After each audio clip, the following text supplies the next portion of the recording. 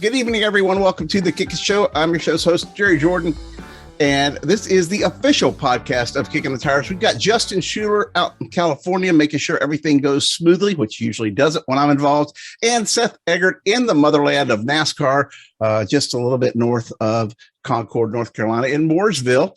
And also, we got Mike D of Mike D's Barbecue Sauce right here. Mike, tell us, thank you. First off, I want to say thank you so much.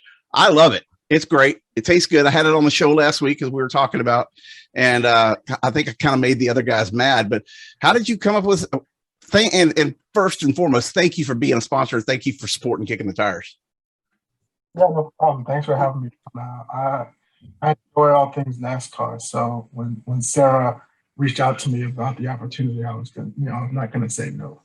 Well, we are glad to have you on board, and we'll do anything that we in our power to help you move your product. Because I'm telling you, it's good. I'm from Texas. I know barbecue, and I've used it 3 times now in the past week for the barbecue that I have that I have cooked ribs and brisket both, and it was great on both of those. Oh, great. So tell us a little bit about your involvement. How did you come up with Mike D's Barbecue, and how did you get involved in NASCAR? And I mean, just give us your background here.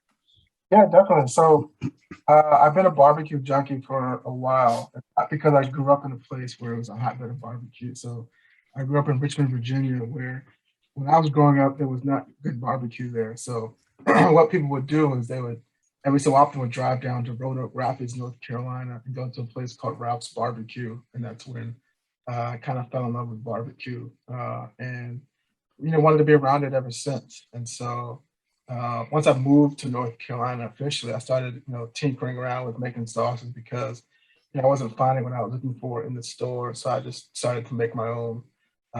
Never planned to have a business with it. It was really just I throw big smoke fest at my house, and I just really for that. People kept saying, you should sell this. You should sell this. I'm like, this is the South. Everybody's got a sauce. It's everywhere. So I'm not a businessman. So I wasn't going to, but some things happened. Like, we placed in like an amateur sauce competition, and I thought something might be onto that. And then we had some other life experiences that, really kind of inspired me to start the business. Also, my son kind of was a real kicker to me to do this and chase my dreams. And so that's when I just started to, take these recipes I have been tinkering with and tried to do something with it, and jumped out there and started making some sauce and started selling it and started growing. We've been growing steadily ever since. We started selling like the trunk of my car, and then, now we've got, we'll celebrate 8 years in December. We've got customers in all 50 states, 12 countries, retail partners in 26 states. And so we just keep growing. So, there's something to it. We've won a bunch of awards. All of our products have finished top 3 in the world, a couple of first place in the world. And so, that's our barbecue story. We got involved in NASCAR. Really, I was never into the sport when I was growing up. It just wasn't. And it's mainly because, I never really came across people who looked like me who cared about NASCAR. I grew up in Richmond, not that far from the track, and never went to a race, never went around there when it was race time. But in 2016, somebody from RFK Racing reached out to me they had found me on Instagram, and it's like, hey, we're a small family-owned team. We like working with small businesses. Would you be interested in a sponsorship? And I was like, what?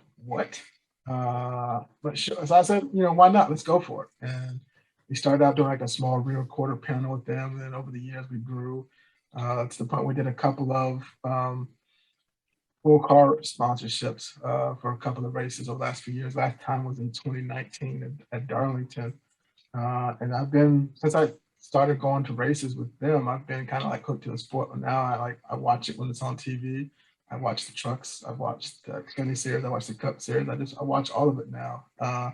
It was something about watching my first race from pit road, sitting behind the crew chief, that kind of maybe understand this is not just sitting around watching cars driving circles. And it was just I've been hooked ever since. How did it feel because I know this feeling when you saw your logo on the hood of a race car. Like it was pretty crazy. Like I still was like, people were with me and they're like, "Yo, Mike, that's your car. That's your logo on that car." And so it was a pretty incredible feeling. We did that this year at Nashville with Brandon Brown and Brandonbuilt Motorsports, and man, those guys have been great. And I was happy to just have the Kicking the Tires logo on the hood because it was our 20th year. We've been in the sport for 20 years, and we'd never done that. So I know that feeling that you felt when you were sitting up there and seeing the car go around. I want to talk a little bit about your sauce because it's not, when you think of North Carolina, you're from the Raleigh area. You think of the vinegary sauce. Texas has a more thick tomato sauce.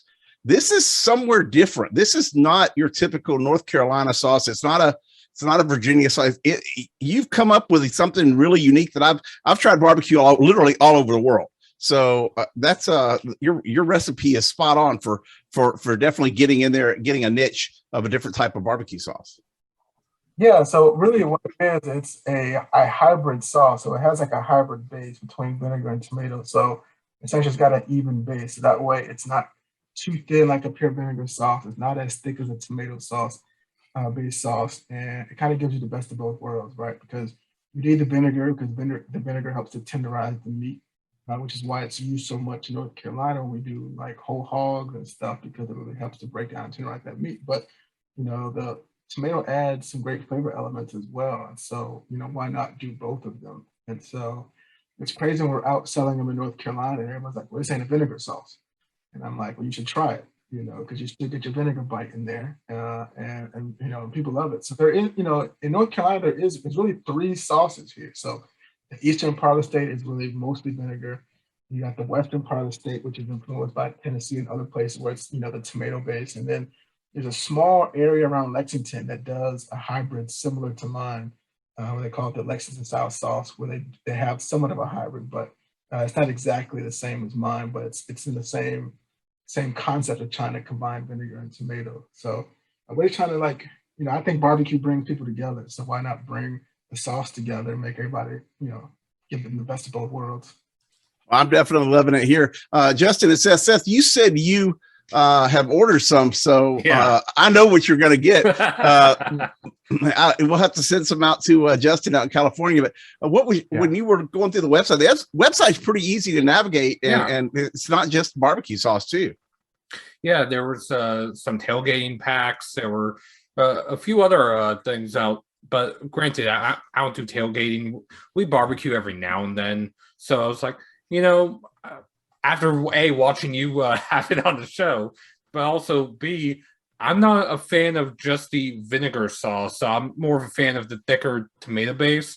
And looking at what you were eating, I was like, that looks like the kind that I usually have. But let me try it. So I went and ordered some Monday. I used the code KTT to get 25% off. Yay! Hint, anyone watching. ATT is the code. Yeah. Yep.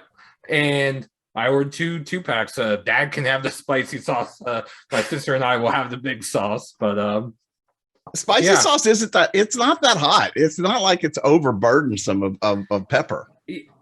Yeah, but I'm just not a big fan of spice, and my sister can't handle any spice. So there's that. But Dad, he'll get spicy food and then add hot sauce to it because it's still not spicy enough.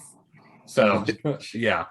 Justin, what about you? You gonna try the spicy or the big sauce? Which you're kind of a spicy guy. I was gonna say, is it too much to ask for both? Because I definitely want to try both. I'm not usually a fan of spicy stuff, like kind of like what Seth was saying, because most of the time, like people just go for spice. But what you've told me is like Mike D's still has a ton of great flavor to go along with that spice. So I'm really looking forward to trying out both. Well, what I ordered it's a 2-pack. It's one Big D sauce, one spicy sauce. I ordered two of those 2-packs. So I've got plenty here too. I'll see you in a couple of months, so we'll definitely get up with you. And are you sure it's gonna last that long, or are you gonna have it all by then? I know the secret code. It's a secret. Don't use KTT.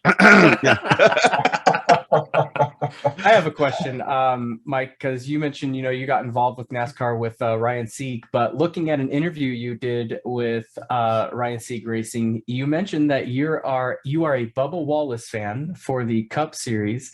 Bubba got his first career win this year at Talladega, rain shortened, so wasn't the full race length, but it still goes in the record books as his first career win. Did you watch that race, and what was your reaction to seeing him get that first win? So I did not watch that race because I was at an event and I didn't have good signals, because usually I'm at events, the race on, I still watch it. But I didn't have good signal at this event. I couldn't watch it. So not checking any like sports updates. I was like, when I get home, nobody at my house cares about racing, so nobody at home was going to tell me who won. So when I got home, I made sure that I, tuned in to, see how it happened. And, I saw things that he won. I was excited for many reasons. It's always good to see your favorite driver win, but then just, what it means for folks to see him get that win. So no, I was excited. Some of my NASCAR friends down in Charlotte, we were texting each other back and forth because we've been waiting for that moment. So it was exciting. So does this mean, I was gonna say, does this mean you're gonna take your family to one of these races one of these years? Because come on, they got to get to a racetrack because it's so much different than watching it on TV. Yeah, I think the only person in my family who'd be interested in going is my oldest daughter. She was kind of mad that I didn't take her with me last year when I went for the to Road America for 4th of July weekend. I didn't take her with me for that weekend. But I think she's the only one who would actually come to a race to watch it. Like, they might like it if they came. That's the thing. I had an opportunity years ago. I'm 50, but like when I was a teenager, I had an opportunity to race, and I turned it down to be a photographer on the school newspaper and making money for the local high school. For the local city newspaper in town. So I could have gone and spent money racing for a local guy, or I could have made money taking pictures of people doing football and other stuff. So I chose that. And I had a girlfriend, and it was like, Friday nights were race nights and Friday nights are date nights. So I chose girls over cars. But my mother and my sister, they were huge NASCAR fans growing up, when I was growing up and everything. So when I guess it was 1999, I was the editor of a newspaper in town, and my sister and mom said, look, you need to start covering NASCAR. So in 2000, I started covering NASCAR, and the rest is history. But I didn't know anything about it really when I started covering it. And now I'm at what, 30 races a year. So what if you go, they might actually like it. It's fun. It's the same way for me, right? I went to a race, it was off the pit row, and now I'm hooked to the sport. So it's very possible. I try to get them to go. When I go to races in Charlotte, I try to get them to come. But my wife's not a big sports person. She's not big about being outside for long periods of time. And so but I keep working on it. Her sisters, like my sister-in-law, came with me to Darlington. So my in-laws live in a small town just outside of Darlington. She's a big race fan. So okay. Came with me to Darlington. I stayed with them when I went down there. And that was such a crazy experience because it just so happened that was the one Xfinity race that Dale Jr. was running in 2019. And his car was lined up right next to Ryan's car. So it was, you try to take all your pre-race photos, it was kind of impossible because it was swarming because they're trying to get to Dale Jr., whose car was right next to us. So it was a little bit of a madhouse, but it was, we got some great photos from that. And, even just seeing like the Hellman's car right next to the Mike D's barbecue car going on the track. So it was great. She had a great time. She had fun yelling at people to get out of the way so we could take our pictures. No, what you do in that situation is you say all those people are, y'all, they're actually here to see the Mike D's car. Nobody cares about Hellman's, man. Everybody got Hellman's mayonnaise. Ain't nobody but you got Mike D's. You could throw some D's on it. Right, or better yet, I was telling people that she was like, back up, because like they were like at one point like his crew had to come over and like push people back just to get to his car. because there's so many people trying to get over there because Dale was, right behind us. But it was pretty funny. See, that's when you just offer Junior another sandwich with your Mike D's barbecue and go, hey, so you've tried it with Hellman's, try it with some Mike D's now and have him try it out and see which one he likes. That's right. Yeah, you needed him to come over and hang out by the car for a minute. That would have been great. We were trying to make it happen, but it didn't happen. How has the response been for you from a business standpoint, from being involved in NASCAR? How much has it boosted your efforts and what you're doing? Yeah, so I'll say, like, people ask me the question a lot. I tell them, like, it's not always instant, right? For us, it wasn't instant. The first year we did it, we were just we recorded panel for a couple of races, so it wasn't like a ton of exposure. People didn't really see it a lot, and Ryan does his cars back then weren't always getting very much TV time, and so it wasn't. Where we started to see the most action was on Twitter, right? Our Twitter followers started to grow significantly because of NASCAR fans and people who supported Ryan. And I think it really hit home in terms of starting to see a good return. Actually was in 2020. So it took several years for it to happen. But when NASCAR shut down in March of 2020, and people started to see the impact that was going to have not only on the team, but some of the people who sponsored the teams, particularly ones who small businesses who work with some of the small independent teams. There started to be like a big uptick of people who wanted to order just because we had been involved in NASCAR. So there are people who weren't even Ryan fans who were ordering and putting in the notes, thanks for being part of NASCAR. And so that was when we started to really see an uptick in support. And it was just, people wanted to support the businesses who help out their sport and really see the impact that small companies who work with these small drivers, independently owned teams there's a direct correlation between our sponsorships and them being on the track, and fans started to really see that. And so during the pandemic, we had a big uptick in online sales, and it was really a lot of it because of the years we had been doing with Ryan, and it was really starting to pay off now. We saw sales throughout all the years that we're doing it, but it really hit home last year as people were just saying, thanks for being part of NASCAR. And that was really cool. And we've got a loyal fan base of people from stuff we've done at tracks. So we've got some customers in Canada that we met at Richmond Raceway. When I was at Road America last year, I was hanging out with some people who are Mike D's barbecue customers. So it was, we've built some friends and some loyal customers from the experience. Well, it's hopefully we can help you continue to build that. I do a lot of push on social media, and so do the rest of these guys with all of our social media platforms. So we want to definitely do whatever we can to help you there. And it's been cool to see you on the site, and I can see people actually clicking, on your ad and going at least to your website. So I don't know. I hope they're all buying. But I can definitely see that people are doing that. And that's a good thing because, like you said, this sport is to be as big as it is. It's still a community, and they take care of their own. And we've seen that, throughout the years. But man, I'm thrilled. Anything we can do for you. Do you barbecue at all? Do you do competitions and stuff, or? I do barbecue a lot.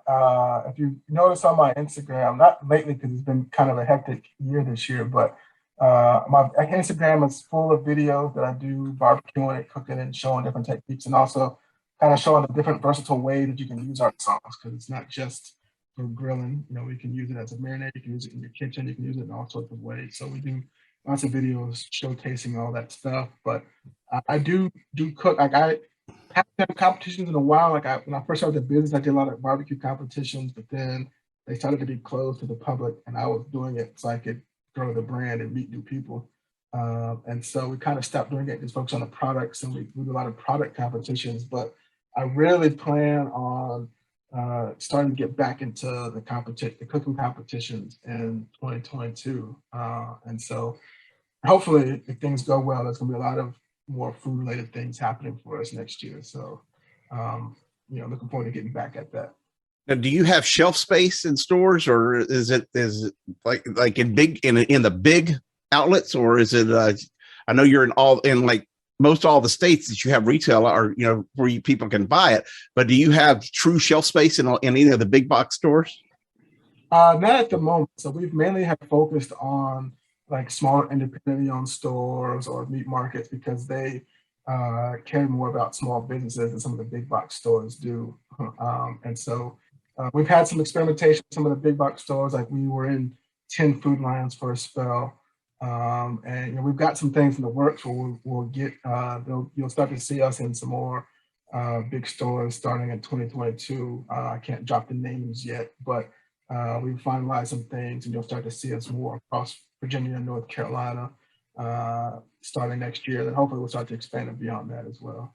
Well, I've got some friends that own some different grocery wholesaler operations here in Texas, and I intend on talking to them, if that's okay with you, just to see what, spill them out, and then I'll send them your way.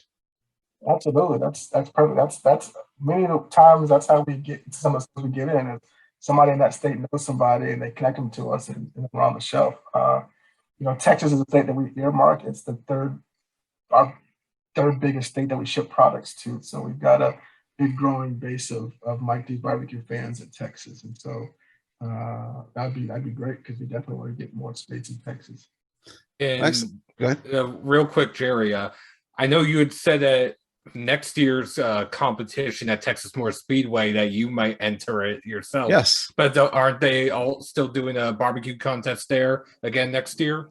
Yes, they're going to do a barbecue competition at Texas Motor Speedway during the All-Star race, and I was instructed that I had to enter it. So I don't have a barbecue rig, or I have a pellet smoker that I got from Pit Boss. And those guys, I don't have a full setup rig, but I'm going to take what I've got up there apparently and bring the camper, and I'm going to stay in the infield, and I'm going to throw some D's on it too. Hey, that's right. Definitely do that. If you need a team member, I'll come down and be part of the Team Jerry to try to get some wins down there. Hey, come on! You're more than welcome to come down to Texas Motor Speedway. I'll do everything I can to show you a good time, and we'll be in the infield. Like I said, I was told by the track PR and the track president that I had to enter it because I was over there doing all this, social media stuff, photos for him this year. Yeah, definitely do that. I'll try to make sure I can come down and be part of it. Excellent, man. I know your time is valuable. You got some stuff you got to do. I don't want to keep you too long. If you need to go, and I totally understand you needed to get out of here after about 20 minutes, but anytime you want to come on the show, if we're not, if we can do anything for you, if you come up with some ideas, I may shoot you my cell phone, and you can always call me, and we'll be happy to do that. Give me some ideas on where to use this sauce at, because I didn't think about using it as a marinade, and I think that's a good plan. Yeah, definitely. So I'll just remind folks to go to our website, www.mikedsbarbecue.com. You can also click our ads on kickingthetires.net. And you can use code KTT to get 25% off, and just been getting a lot of orders this week. And I'll also say, because of that, we're about sold out of things, but the good thing is it timed up perfectly for production, which is wrapping up. And so the next day or so, we'll have everything back in stock, so then everybody can complete those orders. I got a bunch of emails saying, hey, when is this going to be back in stock? When is this going to be back in stock? And it'll all be back in stock in the next day or so. But I'll definitely be in touch. We'll do some giveaways. We'll do some fun stuff together. But I'm looking forward to continuing the relationship. Absolutely. I didn't embarrass you eating on the show last week, did I? No, I love stuff like that. And note to self: do not post podcast until I place an order for Mike D's barbecue. Is that too selfish? That's not too selfish, is it? Well, one slight problem. I already put on Twitter. Use code KTT for 25% off. Well, there you go. You know I'm the social media guy. That's right. Seth's our social media guy. He inherited that from Sarah. And so I think they share those duties. Mike, thank you so much for coming on the show. And thank you so much for being involved in Kicking the Tires. We love you guys. And I mean that. I mean, I seriously, like I said, I've used it 3 times since I got it. And I barbecue every week. So it's a gopher for me. Well, thank you for having me on. I look forward to coming on again in the future. Thank you. Man, that was fun having Mike on from Mike D's Barbecue Sauce. And, everybody, it's a big secret. If you use the KTT, code word, you get 25% off. So be sure to tell everybody because we know how secrets are kept in NASCAR. But tell them after I order, please, because I want to make sure I get some. Oh, you'll get some. Don't worry. Yeah, unless you're apparently me. Oh, wait, the shipping. All the shipping and truckers out here in California are going on strike. So even if I do order, I might not even get it at all. Yeah, we can just airmail it to you. I can get you some. Or Amazon drone it. I can get you some Mike D's. I got the hookup. Don't worry about it. Awesome. So we'll take care of you, Justin. I mean, remember, I've got Mike D's right here. It's not like I've got extra bottles. So there you go. And then, I'll spend an episode eating in front of your face on here. Mike did not tell me I had to share this with you guys. Just saying. There you go. Well, speaking of sharing, I guess we'll start off the show with kind of the biggest news. Roush is now going to have to share more of his office space with Brad Keselowski, as they have announced that they are forming Roush Fenway Keselowski going into 2022. Chris Buescher already announced that he's going to stay in the 17 car. Obviously, Brad will be taking over the 66 car. That kind of leaves a coin toss on what's going to happen with Newman. If you were to ask me, I would love to see Newman go into some sort of management role with Roush Fenway Keselowski, because he has that background and experience. He has that degree. Not saying he can't be competitive, because look at these restrictor plate races and a couple of these other tracks. He sneaks in a top 5, top 10 here and there. And next thing you know, he's battling for a lead again at Talladega or something like that. So, but man, like seeing someone like him and Brad team up together, that could be quite a powerhouse to come. So that'll be cool. Last time really Brad owned a team was when he had his truck team. And they were pretty successful back in the day. They won a few races throughout the years, and Seth, your tweet even mentioned how successful Brad's team has been in the long run, because even though his truck team's no longer around, his drivers have won the last 4 championships in the NASCAR Xfinity Series, and now some of his drivers have become some of the biggest stars in the Cup Series. Look at Ryan Blaney and how much he's improved. And stuff like that. So Keselowski knows how to run a team. Keselowski knows how to do the management role side of things. This is going to be a fantastic fit. And this is just another example of how we're passing on the torch, and we're seeing the next generation come in. We're seeing it with Trackhouse. Obviously, we're seeing it here with Keselowski. We're seeing it with Hendrick Motorsports and Jeff Gordon starting to take in more roles of leadership and ownership and flexibility, with letting Kyle Larson go out and do a lot of his dirt racing stuff. So this is quite a phase that we are seeing across the board. Next gen car, all these different ownership changes. This truly is like the entire industry and sport going to a next generation. I'm glad you cleared it up for me, because I was thinking that the RFK was like, I thought Robert F. Kennedy was getting involved in NASCAR. I mean, I was just sure that that's what that meant when they came up with RFK Racing. But, Roush Fenway Keselowski, it's got a good ring to it. So, remember, Roush is successful. Like, he's been in NASCAR since 1988. He is the only NASCAR Cup Series owner to have 5 drivers to be in the NASCAR playoffs. Back in the day, they call it the chase, but there was one year he had all 5 drivers in the chase. And then there was a year that he had none. But that happens. And on top of that, he'll always be the only owner to have 5 drivers. That's right. In the playoffs in the same season. That's exactly right. He'll be the only, because we only have 4. You can only have 4 teams now that can compete for a championship. Big news on the NASCAR side. Big news for Toyota on the NHRA side of things. And we don't just cover NASCAR here at Kicking the Tires. For those that have those that follow us all the time, they know that. But this past week, Toyota announcing their new Camry funny car, and I looked at it. I've known about this for over a week, and that it was fixing to go down. Man, that car looks pretty bad to the bone, because if you look at it from the side, the body styling, it looks almost identical to the production model GR Supra that they have on the showroom floor.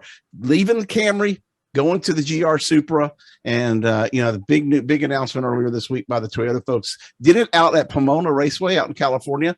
And from what I could tell from the photos, I guess they rolled up the old Camrys and did some photo shoots and stuff, but then they snuck their GR Supra bodies out there and did this. It was dark on the track and released the photos the next day.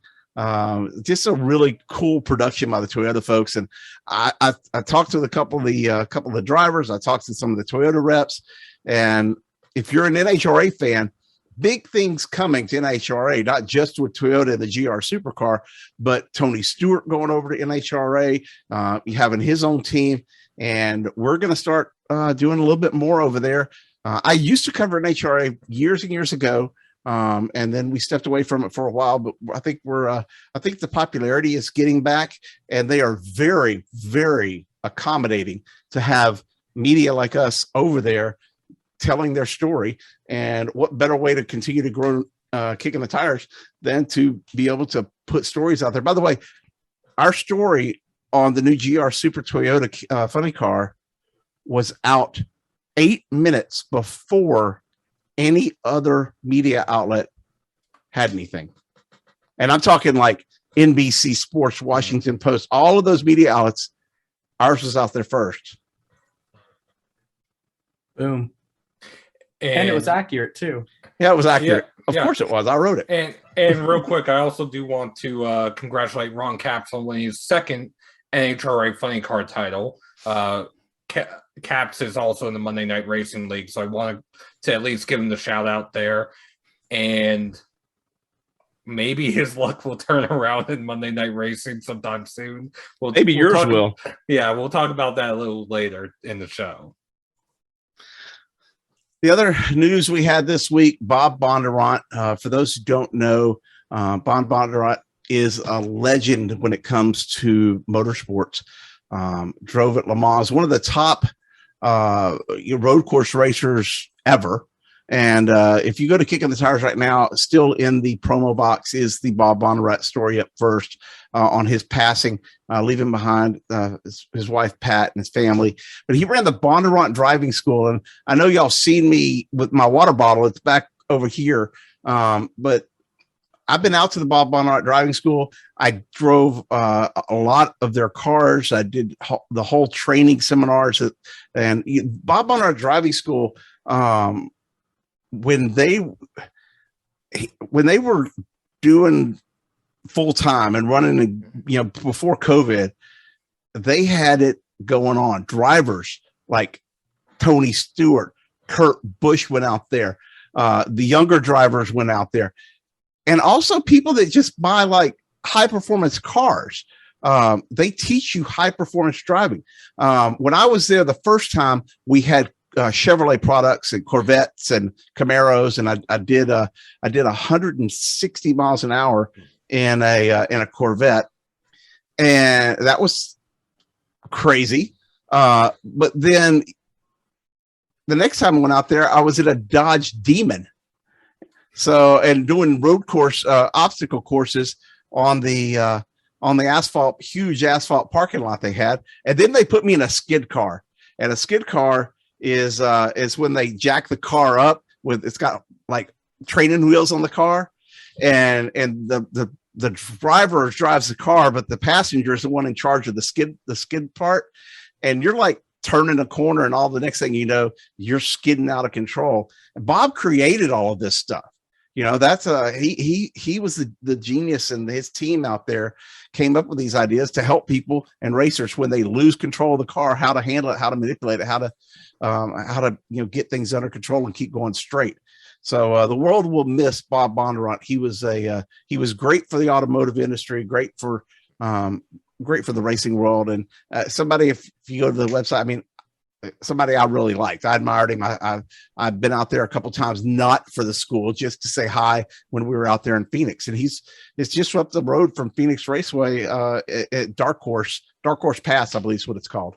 Yeah, our local track does some of the skid plate racing, a slight variation of that from from Bob's whole thing, what you're saying, and it's some of the most entertaining stuff that they do. They take front wheel drive cars, they take the rear tires off and just put little skates underneath them, skid plate racing all around. And like you said, it's a good training mechanism too. A lot of people may not realize that, but it's really good to learn car control and how to manage the weight distribution on really half the grip. This is even the way they had this was all pneumatic, and there was just like underneath the car. It's, you're driving a Camaro and you're thinking, oh, I'm going to go into this turn at 50 miles an hour. And the next thing you know, they hydraulically lift the car up with these wheels that are, training wheels type things. And you're spinning. You have the goal is to jack with you and they want you to think you're in control, because they want to prove to you that sometimes you're never in control and you need to figure out how to get out of a bind. And it was a great learning experience for me. And seriously, Bob was right there, for part of the time when I was doing these courses. He was out there, in a Camaro the first time I went out there. So had a blast.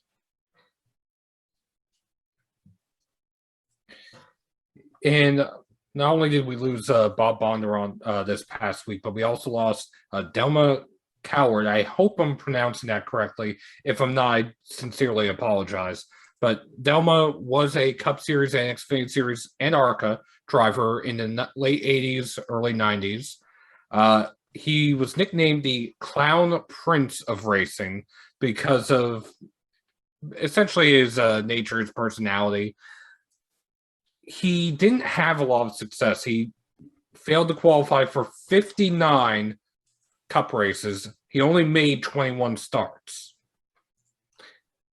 Over in ARCA, he did find a little bit of success, 2 top 10s, but the last race he made in the Cup Series was the 1992 Daytona 500, along with 2 other races.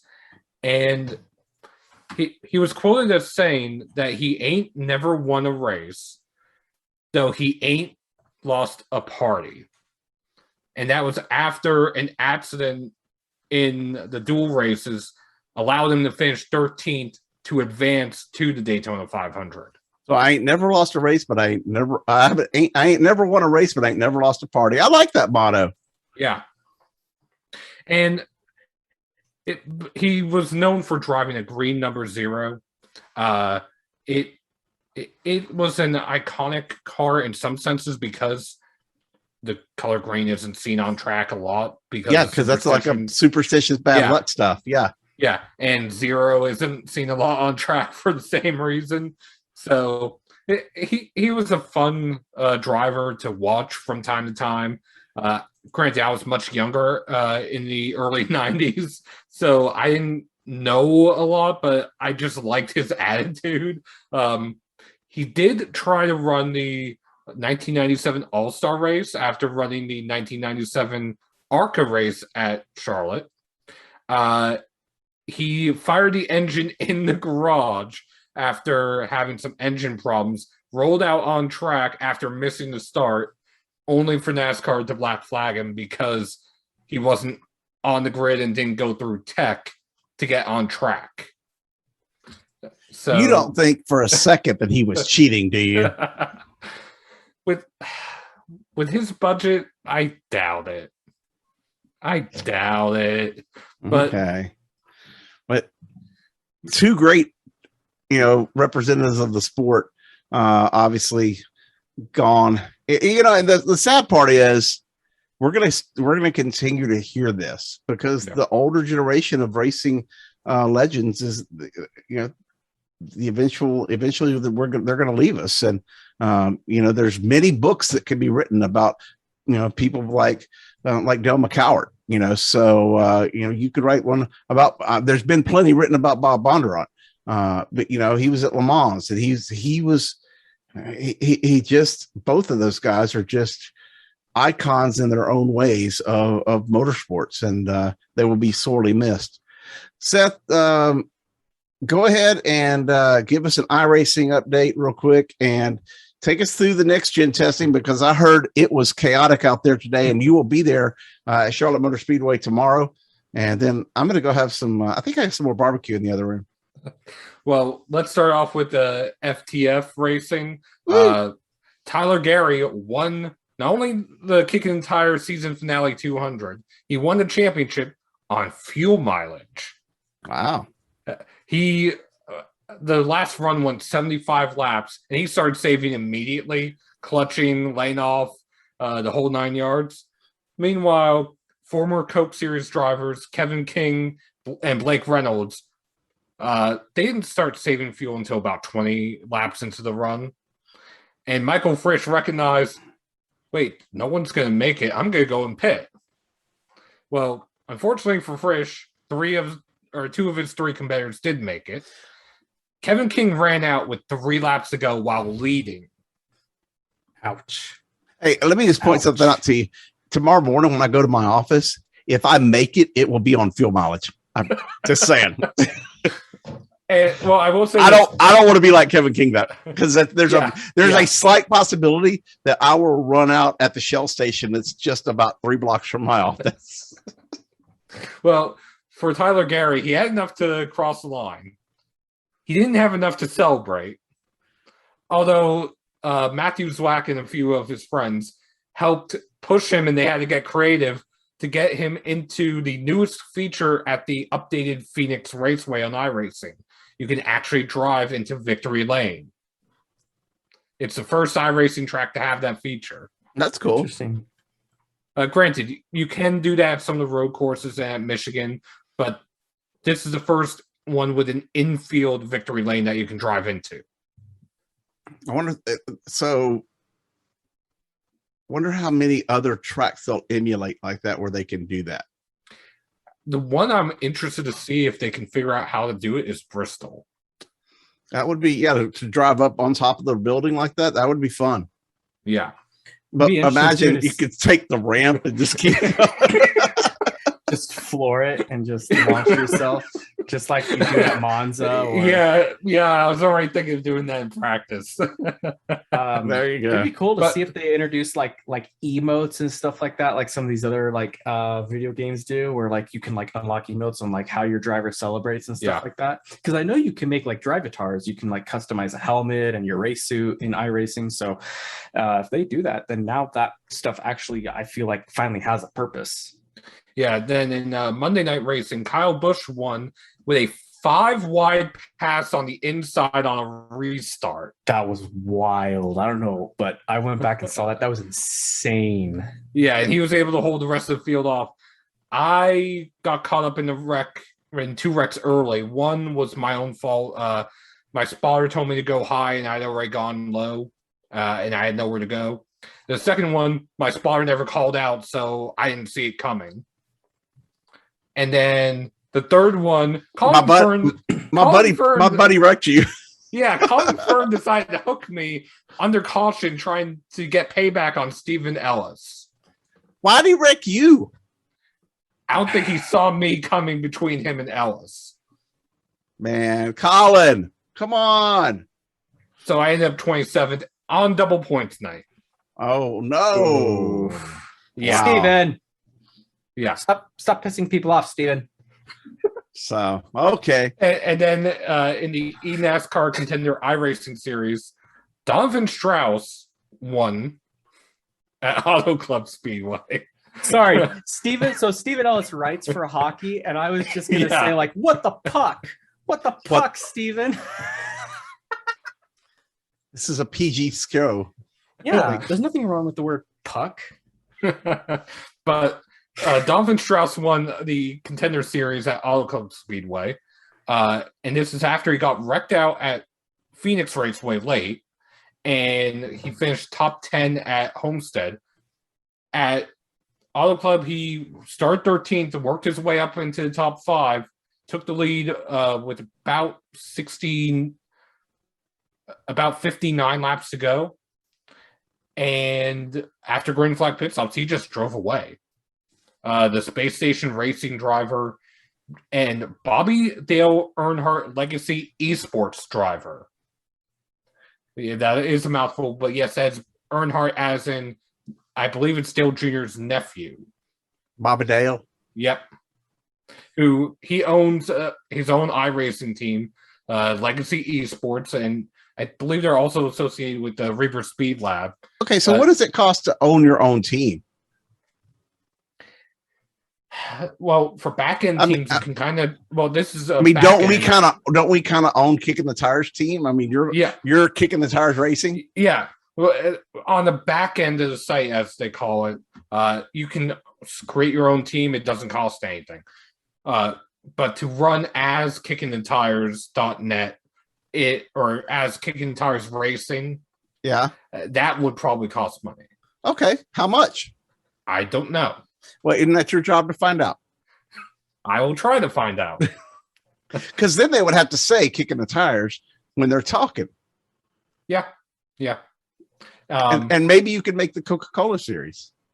Maybe it's something I'm looking into.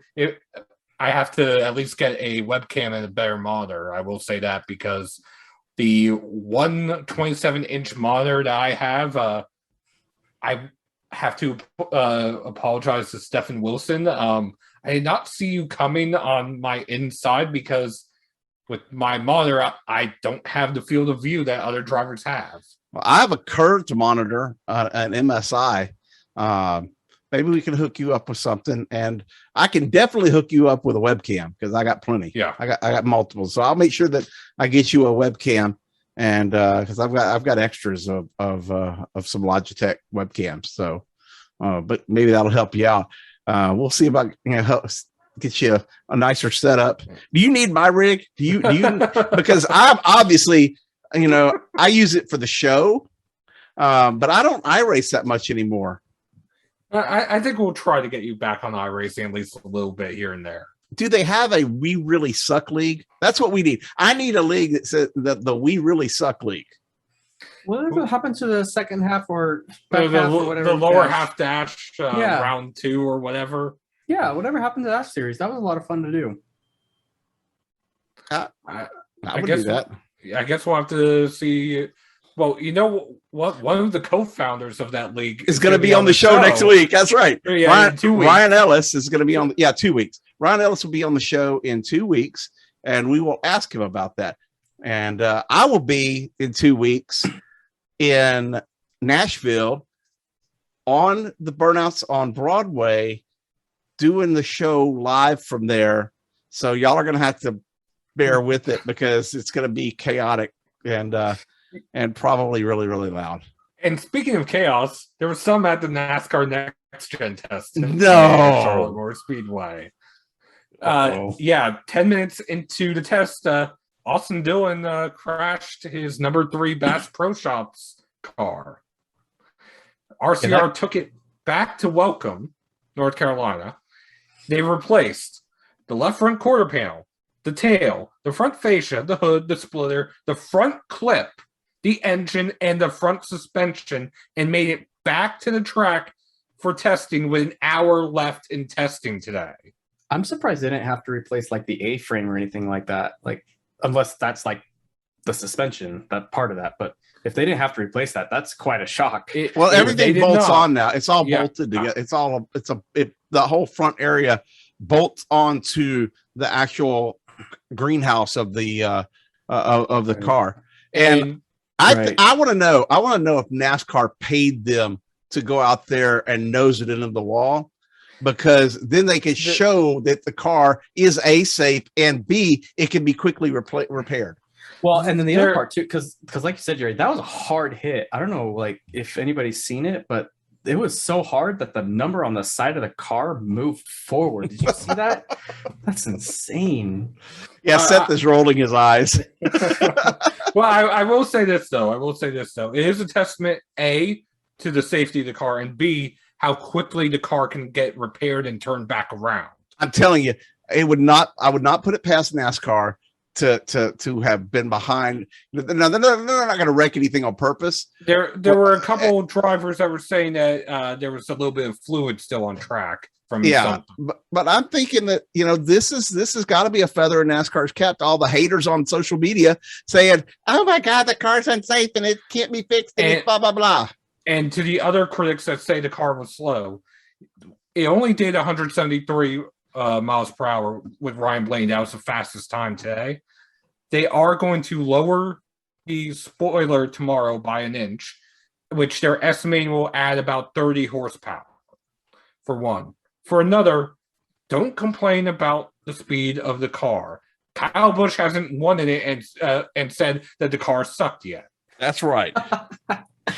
That's true. That is very true. Here's a question for us. If the car can be replaced like that efficiently and that quickly, do you think NASCAR starts to consider dropping the damage clock? It still took 8.5 hours for it to fix or be replaced. I would think, if anything, maybe they adjust it in the Cup Series. Well, that's what I'm saying is, like, now do they drop the clock altogether and say you're only allowed to replace these components, whichever's on the list, or if they want to allow all of it, except for the engine, obviously, but you're allowed to replace any components on the car with one replacement part, and then you're allowed to go back on track. I don't know. That's interesting. It's an interesting idea. And the other thing, which I've been having this conversation over the past week or so with various people, the next gen car is essentially a new era in NASCAR.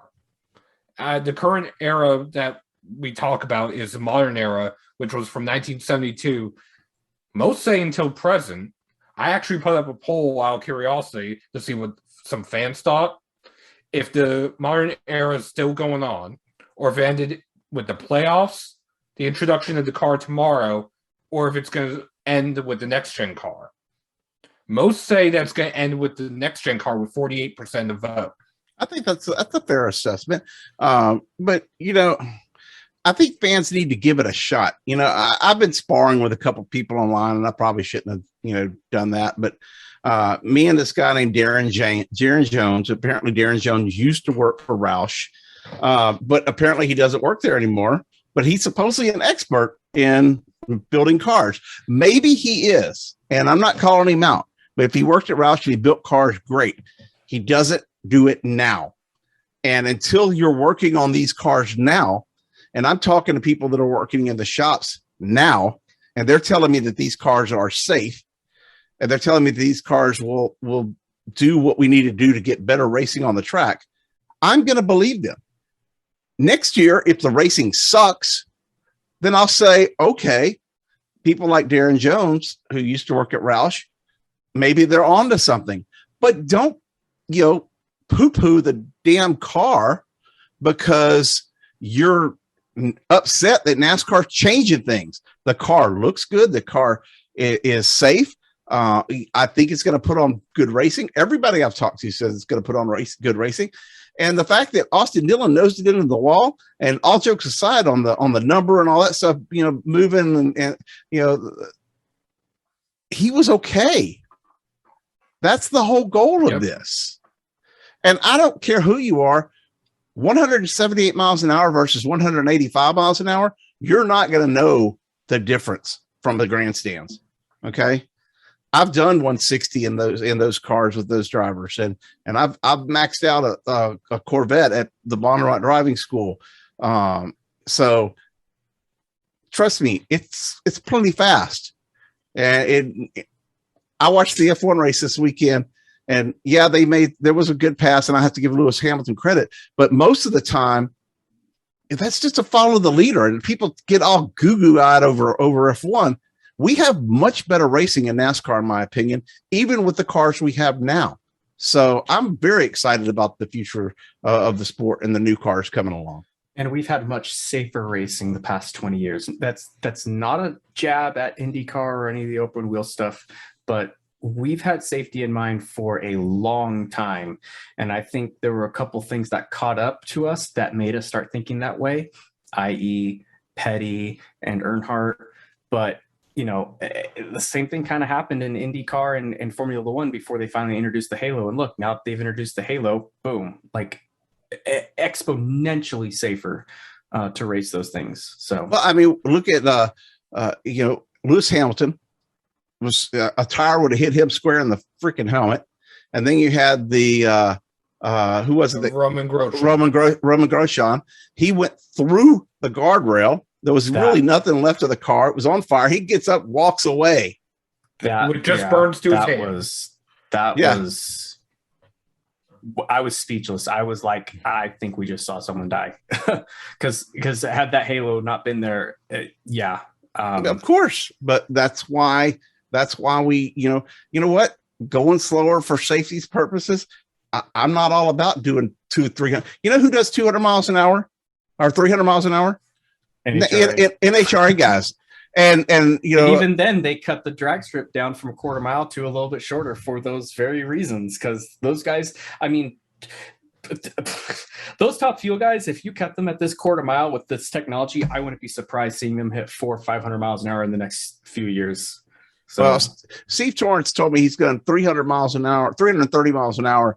And it's like, wow, I can't even imagine. So we don't need to go that fast. Unless you're Evel Knievel. He didn't need to go that fast either. But I was going to say the only other incidents that happened today, Hamlin spun and William Byron spun, and I think Cody Ware spun, which they didn't hit anything. But it also goes to reinforce what we were talking about a few weeks ago, drivers not knowing where the limit is on this new 18-inch tire with a shorter sidewall, because it's a lot like, as Dale Jr. said at Bowman Gray Stadium, it is a lot like the transition from the bi-supply tire to the radial tire. Yep, and that's exactly what I was explaining too, with those thinner walls on the tires, that you find that line and it's much narrower, and you try to push it, you're already over the edge and it's folding over. So did they do any tests with like the pit stops and whatnot, or they are going to do live pit stop practice from 4 to 5 tomorrow? Okay, that's what I'm curious about with that lug nut and time with changing tires and fuel. They also moved up the start of the test from 9 a.m. to 8 a.m. Well, you got to get up early in the morning. Yep.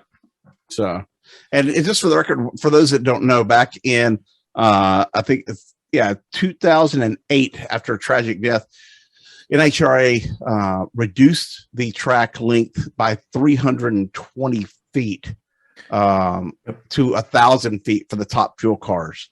Yep. And when I talked to Steve Torrance on Monday, he said that they're trying to go straight, but you can't hold the steering wheel straight because they're going so fast, and they're just trying to keep it going in a straight line. But there's all kinds of movement in there. So Justin, you were definitely right. I want to get those numbers for people that are thinking that's a drag racing, a quarter mile. No, they did not change with all divisions anymore. Yeah. I think most of the divisions are still quarter mile, but I definitely top fuel was shortened. I think the motorcycles were shortened. I think those were the two main divisions, but for that very reason. And like you said, Jerry, all the movement, all the shaking, all that horsepower just rattling in that chassis. But that's not to think of your eyes going straight to the back of your head when you go. I can tell you this. I found this out from Kelly Crandall, who's done a lot of NHRA coverage this year. And she said that she was interviewing some of the motorcycle racers. They will not start the motorcycle sitting on it or leaning across the engine, because if the engines are so powerful on those motorcycles that if the piston comes through, it's like they wear bulletproof vests when they're on their bikes, because they're that powerful. And if an engine blows, it's a bad deal. So I can't imagine going in a funny car. I can't imagine going in the top fuel, but you won't ever see my big butt on a motorcycle going down an NHRA track. So I can promise you that no two-seater, no nothing ain't happening. But back to the next gen test tomorrow. Seth, what do you think we will see before we wrap it up here? What are you hoping to see come out of that test? Well, I know NASCAR's not planning on doing any mock races, but I know some of the teams have been talking with each other based on some of the conversations I've had with people at the track about doing a mock-like race. That being said, I'm not entirely sure if that's going to be, or whatever that mock race ends up being, is going to be what we see next year. And the main reason why is a few years ago, Jeff Gluck and a few others were at the Vegas test for the 550 package when they were doing mock tests and mock races. And the racing we've had was nothing like those tests. So I'm trying to limit my expectations to a degree because, granted, there's not a big place or rulebook area that they can play with the next gen car, but each team still has their own setups, and engines are still the older engines. So Chevrolet and Hendrick clearly have been the front of the pack with the engines lately. So if anything, I expect the Chevrolets and maybe some of the Fords to be some of the fastest, but I'm not entirely sure what we're going to see is going to correlate to much, if anything, for next year just yet. Well, I think it's going to be very interesting to see what happens, especially if those teams all get together. We might see them wad up about 5 or 6 cars all at one time. That would not be good for NASCAR's tests. So I will be staying tuned. Be sure to text me and let me know what's going on because I've got a few things I got to get done at the office tomorrow. But it will be streamed on YouTube. Okay, I'll try to watch it on the extra computer in my office. Justin, what's your outlook? What you got going on? Yeah, I might be going up to Tulare for another Supercross Futures qualifier. I was at one a couple weekends ago. That was a lot of fun. Worked one kart race this past weekend, then obviously got Thanksgiving off. The first weekend of December, I am also kind of tossing it up in the air, but we have Super Nats out in Vegas at Las Vegas Motor Speedway. They usually have it at the Gold Lot right by the Rio, but they were able to get it all squared away because I guess the Rio had another event there already. So they're going to have it over at the Speedway, which the Speedway has Vegas Speedway has lots of other additional tracks and stuff like that. So they have a go-kart track that they're going to be using for these Super Nats. And for those who don't know, that's basically like World Karting's all-star race. So there are hundreds of people that come to this event. There's like 30, 40, 50 people in each class, each division. It is massive. I think last time I went a few years ago, there were probably people from about 30, 40 different countries that came out to race this thing. And if you can finish in a Super Nats race, that's an achievement in and of itself because people are just going all at it. But if you win it, that is definitely something for your resume.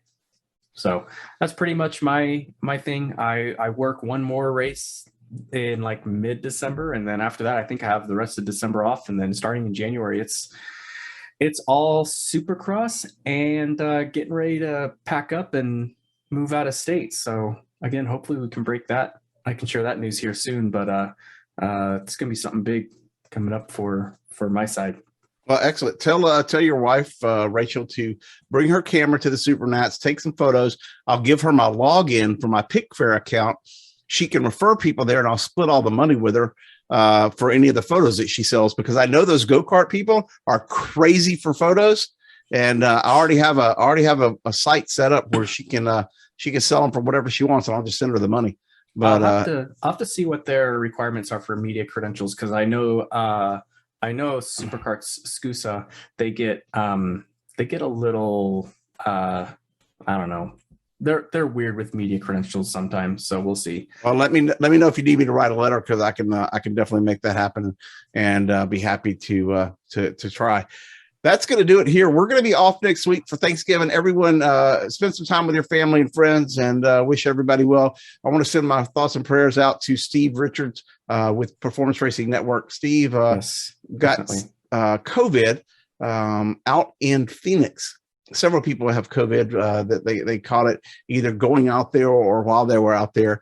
And Steve is in ICU, and in Concord, North Carolina at Atrium Health. He was the last I heard he was doing well, getting better. He was needed about another probably 10 days in the hospital, which is kind of crazy, but he was really, really bad off. His oxygen levels got low, but we wish him all the best, and hopefully he can stay off of a ventilator. I'll update my Twitter account if I hear anything for you guys that know Steve. Definitely send him your thoughts and prayers on Facebook, or send them to me and I'll forward them to him. That's going to do it here for us. Seth, have fun tomorrow out at Charlotte Motor Speedway. Keep me updated on what's going on. Justin, you live in a crazy state, brother. So, I don't know how you do it, but that's going to do it for us here at Kicking the Tires on the Kicking Show. We will see you in 2 weeks from Nashville for me.